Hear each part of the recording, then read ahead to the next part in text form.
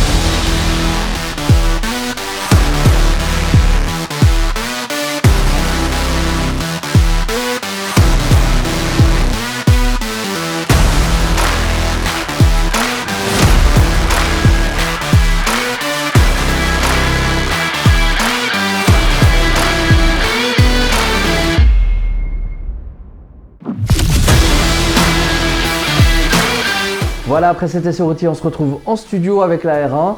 Premier point qu'on va aborder, c'est l'esthétique. Dylan, dis-nous ce que tu en as pensé. Grosse réussite, hein. C'est vrai que Yamaha sur ce nouveau modèle a fait uniquement un facelift, mais c'est vraiment bien parce que sur l'ancien modèle, avec ses feux qui tombaient, on avait l'impression qu'il était un peu triste. Là, ils ont vraiment réussi à corriger le tir en les remontant et la moto devient vraiment très agressive.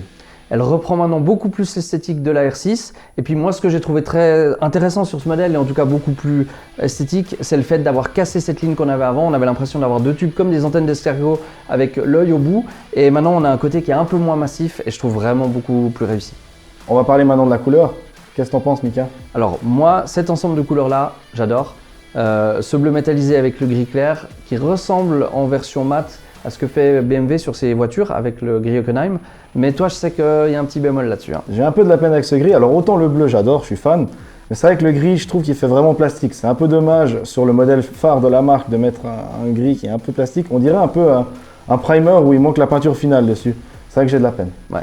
Alors, je comprends ce que tu veux dire. Je trouve qu'il est beaucoup mieux appliqué sur l'arrière. L'avant, effectivement, comme c'est à l'avant et qu'il est clair et que on regarde généralement, majoritairement la face avant d'une moto, je comprends que ça puisse un petit peu gêner. Ouais, comme tu dis, hein, donc cet arrière, je le trouve magnifique, même avec ce gris. Mais je trouve que l'avant, comme sur certaines autres marques, ils auraient pu mettre un avant noir.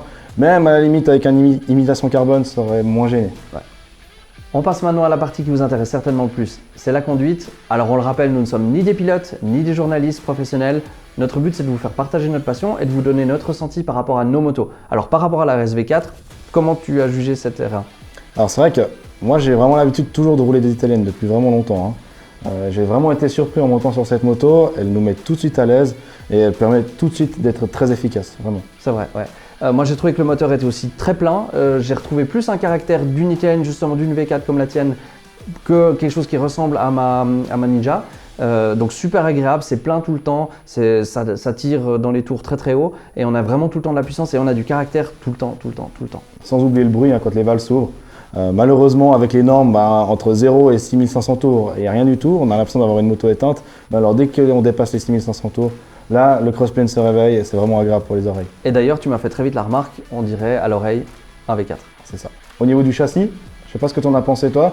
Personnellement, j'ai trouvé vraiment très impressionnant. Elle rentre en courbe facilement et alors elle tient la trace vraiment agréablement. Ouais, c'est vrai. Moi, j'ai vraiment trouvé ça aussi. On regarde, elle se place dans l'angle. J'ai trouvé dans des petites courbes, en tout cas, une facilité à la mettre sur l'angle qui était vraiment déconcertante.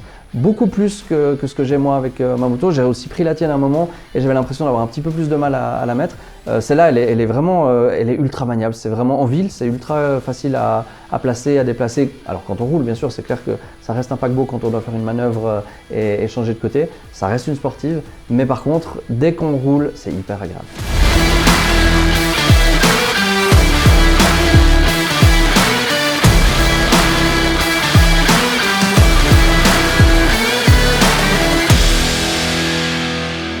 Pour résumer, cette R1 2020 offre une partie cycle facile à prendre en main et qui met en confiance dès les premiers virages. Le moteur crossplane est plein dès les bas régimes et devient rageur à partir de 8000 tours minute. Le freinage est quant à lui mordant et l'ABS, qui n'est plus déconnectable, est réglable sur 2 niveaux. Cette moto embarque un système électronique de pointe qui propose de nombreux réglages et permet de les enregistrer sous forme de profil. Nous avons trouvé le shifter très efficace à la montée, mais un peu dur à passer à la descente des rapports. La R1 2020 est disponible en bleu comme notre modèle d'essai, ou en noir, au prix de 21 990 francs suisses ou 19 299 € pour nos amis de France. Voilà, on arrive déjà au terme de ce premier épisode. En tout cas, pour nous, c'était un grand plaisir de vous présenter ces terrains. On voulait encore profiter de remercier le garage GBK Moto à Gland pour le prêt de la moto. Nous, on se retrouve tout bientôt pour un nouvel épisode. N'oubliez pas de vous abonner à la chaîne YouTube et d'ici là, bien entendu, vous pouvez nous suivre sur Instagram. On vous met les comptes ici. À tout bientôt. Ciao. Ciao.